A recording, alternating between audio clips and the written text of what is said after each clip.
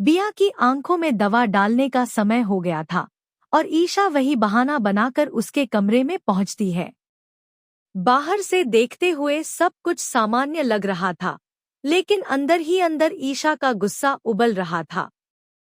उसे अभी अभी पता चला था कि जिस सूरज के लिए वह हर पल चिंता करती रहती है, जिसकी मेहनत और ईमानदारी पर उसे हमेशा गर्व रहा, उसी सूरज की दुकान को बंद करवाने वाली कोई और नहीं बल्कि उसकी अपनी सबसे करीबी दोस्त बिया ही थी।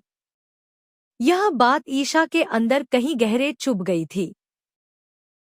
जिसे वह अपनी बहन जैसी मानती थी, वही उसकी खुशी छीनने की कोशिश कर रही थी। इसी कड़वाहट और धोखे का बोझ उठाए हुए ईशा बिया के सामने खड़ी थी, लेकिन उसके चेहरे पर कोई भाव नहीं था। वह शांत आवाज में बोली, बिया, तुम्हारी आई ड्रॉप का टाइम हो गया है, मैं डाल देती हूँ। बिया को अंदाजा नहीं था कि इस शांत शब्दों के पीछे ईशा का फूटा हुआ गुस्सा छिपा है, एक ऐसा गुस्सा जो अब सच बाहर लाने के लिए किसी भी हद तक जा सकता है।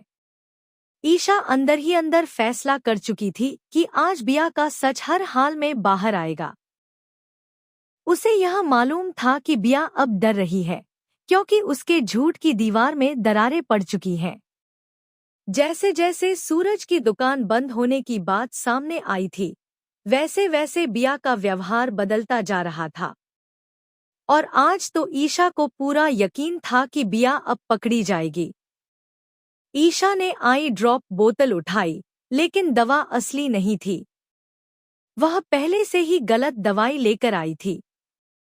उसे मालूम था कि यह दवाई आंखों में हल्की जलन पैदा करेगी, और बिया इस जलन में वह सच जरूर उगल देगी, जिसे वह इतने दिनों से छुपा रही थी। ईशा ने धीरे धीरे कुछ बूंदें बिया की आंखों में डाली। जैसे ही दवा आंखों में गई, बिया घबरा गई।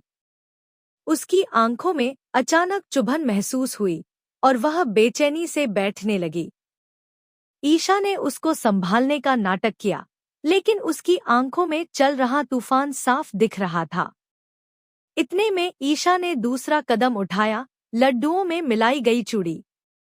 घर के बाकी लोग यह समझ रहे थे कि ईशा बिया का ध्यान रखने आई है, लेकिन ईशा की योजना इससे कहीं ज्यादा बड़ी थी।